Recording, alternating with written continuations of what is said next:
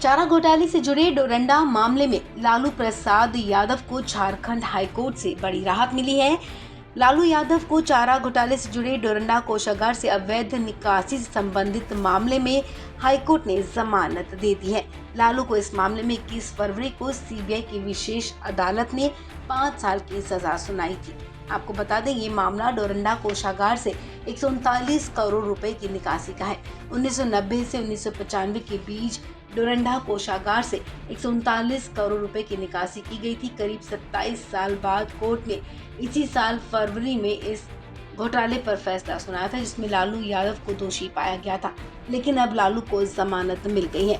High court के justice Amrish Kumar Singh की अदालत ने लालू यादव की जमानत याचिका स्वीकार कर ली है। अब लालू प्रसाद को जुर्माने के तौर पर 10 लाख रुपए जमा करने होंगे। लालू प्रसाद को चारा घोटाले के डोरंडा कोषागार से अवैध निकासी के मामले में सीबीआई कोर्ट ने 5 साल की सजा और जुर्माना लगाया था। इसके साथ ही अब लालू को चारा घोटाले के सभी मामलों में जमानत मिल गई है। आपको बता दें, सीबीआई ने 1996 में अलग अलग कोषागारों से गलत ढंग से अलग अलग राशियों की निकासी को लेकर 53 मामले दर्ज किए थे। ये 53 मामलों में से डोरंडा कोषागार का मामला सबसे बड़ा था, जिसमें सबसे ज्यादा 70 आरोपी शामिल है। इसमें से 55 आरोपियों की मौत हो चुकी है। आपको बता दें, चारा घोटाले से जुड़े 4 मामलों में लालू यादव को पहले सजा मिल चुकी है। चाईबासा कोषागार से 37 करोड़ 70 लाख के अवैध निकासी में लालू जमानत पर हैं। इसमें उन्हें 5 साल की सजा हुई थी। देवघर कोषागार से 79 लाख के अवैध निकासी के घोटाले के दूसरे मामले में भी वो जमानत पर हैं। इस मामले में उन्हें 3.5 साल की सजा सुनाई गई थी। लालू यादव को 33 करोड़ 13 लाख के चाईबासा कोषागार से अवैध निकासी के तीसरे मामले में भी जमानत मिली थी। इस मामले में उन्हें 5 साल की सजा सुनाई गई थी। दुमका कोषागार से करीब 3.25 करोड़ की अवैध निकासी के चौथे मामले में उन्हें 2 अलग अलग धाराओं में 7 साल की सजा सुनाई गई है। महाराष्ट्र सरकार के मंत्री और एनसीपी नेता नवाब मलिक को बड़ा झटका लगा है। सुप्रीम कोर्ट ने नवाब मलिक की तत्काल रिहाई की याचिका को खारिज कर दिया है। याचिका को खारिज करते हुए सुप्रीम कोर्ट ने कहा है कि वो जांच के इस चरण में दखल नहीं देंगे। जस्टिस डीवाई चंद्रचूड़ और जस्टिस सूर्यकांत की पीठ ने कहा है कि वो जमानत के लिए अर्जी दाखिल कर सकते हैं। नवाब मलिक की ओर से सीनियर एडवोकेट कपिल सिब्बल ने कहा है कि उन्हें 2022 में कैसे गिरफ्तार किया गया, जबकि मामला 1999 का है। स्पेशल कोर्ट 5000 पेज की चार्जशीट के चलते जमानत नहीं देगा। पहली नजर में मेरे खिलाफ कोई केस नहीं बनता और इस मामले में पीएमएलए का केस भी नहीं बनता है। बता दें कि नवाब मलिक ने बॉम्बे हाई कोर्ट के उस आदेश के खिलाफ सुप्रीम कोर्ट में याचिका दायर की थी, जिसके तहत हाई कोर्ट ने उनके तत्काल रिहाई के अंतरिम आवेदन को खारिज कर दिया था। नवाब मलिक के खिलाफ प्रवर्तन निदेशालय मनी लॉन्ड्रिंग मामले की जांच कर रहा है। महाराष्ट्र सरकार में मंत्री नवाब मलिक पर कथित मनी लॉन्ड्रिंग और आतंकवाद के वित्त पोषण में संलिप्तता के आरोप लगे हैं। उन पर आरोप है कि वो अंडरवर्ल्ड डॉन दाऊद इब्राहिम से संबंधित जमीन डील से जुड़े रहे हैं। प्रवर्तन निदेशालय अंडरवर्ल्ड से संबंधित मनी लॉन्ड्रिंग मामले की जांच कर रहा है। प्रवर्तन निदेशालय ने हाल में अंडरवर्ल्ड के खिलाफ केस दर्ज कर कई ठिकानों पर छापेमारी की थी। इसके साथ ही नवाब मलिक पर आरोप है कि उन्होंने मुंबई के कुर्ला स्थित मुनीरा प्लम्बर की 300 करोड़ रुपए की जमीन 30 लाख रुपए में खरीदी थी और उसमें भी पेमेंट सिर्फ 20 लाख रुपए का किया गया। इस जमीन के मालिक को 1 रुपया भी नहीं दिया गया और इस जमीन की सौदेबाजी के बदले दाऊद इब्राहिम की बहन हसीना पारकर के खाते में 50 लाख रुपए ट्रांसफर किए गए। अभी फिलहाल नवाब मलिक न्यायिक हिरासत में ही रहने वाले हैं। ब्रिटेन के प्रधानमंत्री बोरिस जॉनसन 2 दिवसीय भारत दौरे के दूसरे दिन शुक्रवार को दिल्ली में राजघाट पहुंचे, जहां उन्होंने महात्मा गांधी को नमन किया। उन्होंने विजिटर बुक पर भी हस्ताक्षर किए। British PM Boris Johnson Rashtrapati Bhavan पहुंचे, जहां उनका स्वागत पीएम नरेंद्र मोदी ने किया। उन्हें गार्ड ऑफ ऑनर भी दिया गया। ब्रिटेन के पीएम बोरिस जॉनसन ने भारत में शानदार स्वागत के लिए पीएम मोदी को धन्यवाद कहा। उन्होंने इसका जिक्र भी किया कि उनका दौरा दोनों देशों के लिए बहुत ही खास है। बोरिस जॉनसन ने कहा कि भारत और ब्रिटेन के रिश्ते इतने अच्छे पहले कभी नहीं थे जितने आज हैं। Thank you for the wonderful reception that you've given us. I was amazing. I want to say particularly to the people of Gujarat.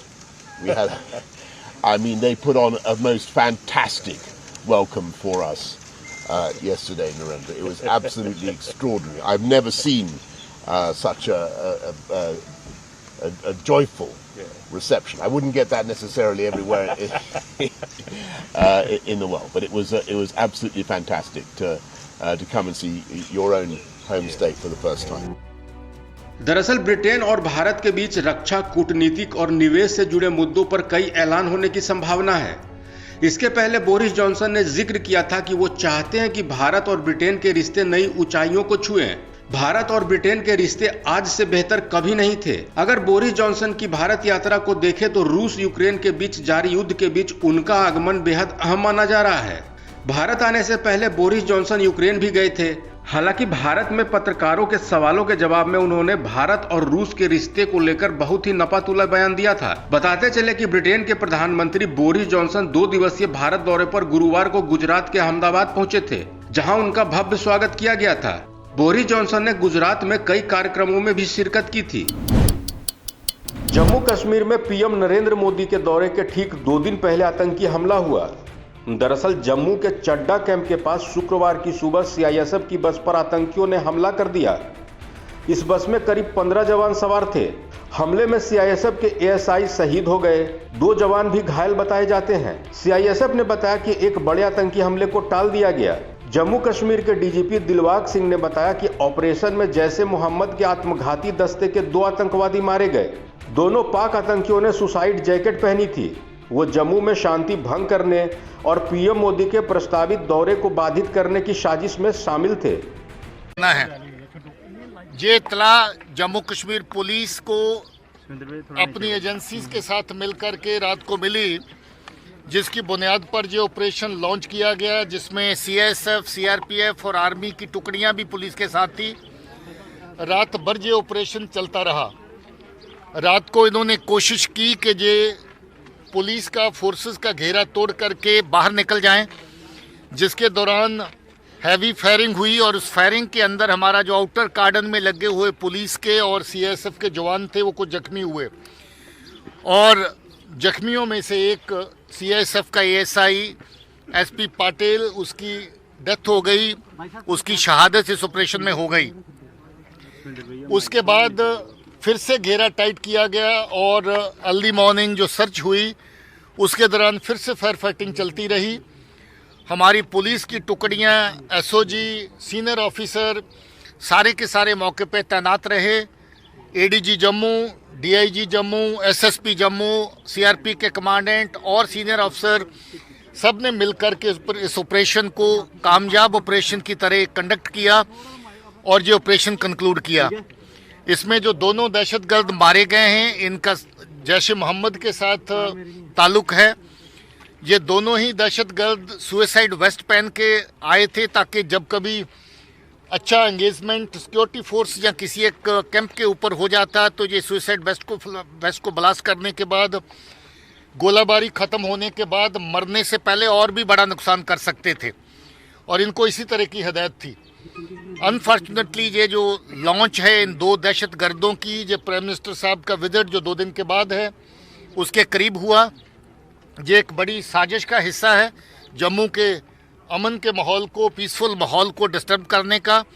ये एक बहुत बड़ी साजिश हो सकती है ऑनरेबल प्राइम मिनिस्टर साहब के विजिट को साबोटाइज करने के लिए, मगर ये अच्छी बात है कि ये वक्त रहते इतला भी मिली और इतला के ऊपर कामयाब ऑपरेशन भी हुआ।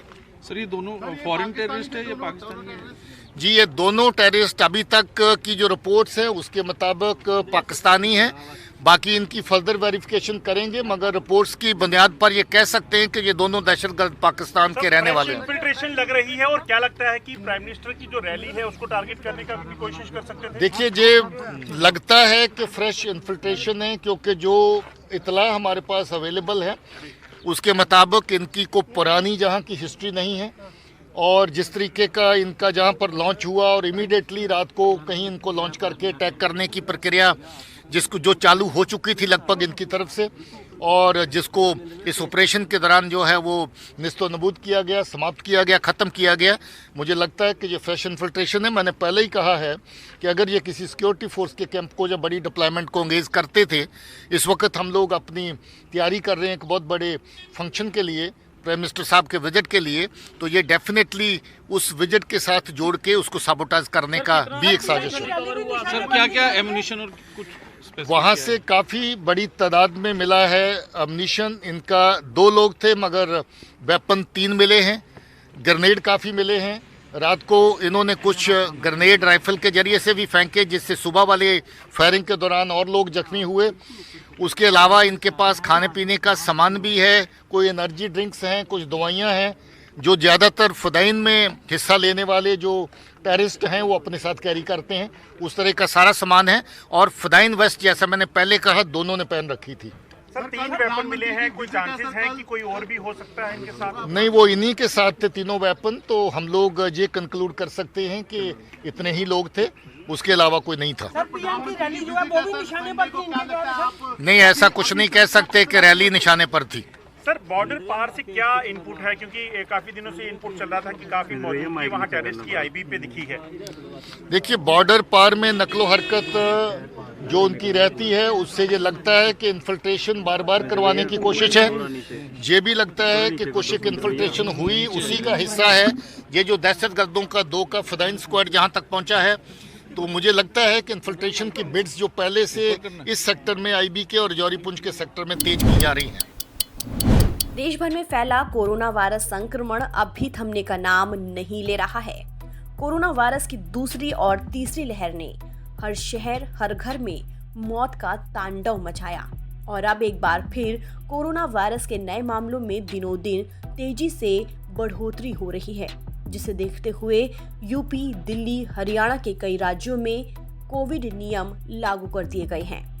स्वास्थ्य मंत्रालय की रिपोर्ट के मुताबिक पिछले 24 घंटों के दौरान नए कोरोना संक्रमित केसों में 2.98% बढ़ोतरी दर्ज की गई है। पिछले 24 घंटों में कोरोना के 2451 नए मामले सामने आए, जिन्हें मिलाकर देश में अब तक कुल मरीजों की तादाद 4,30,52,425 हो गई है।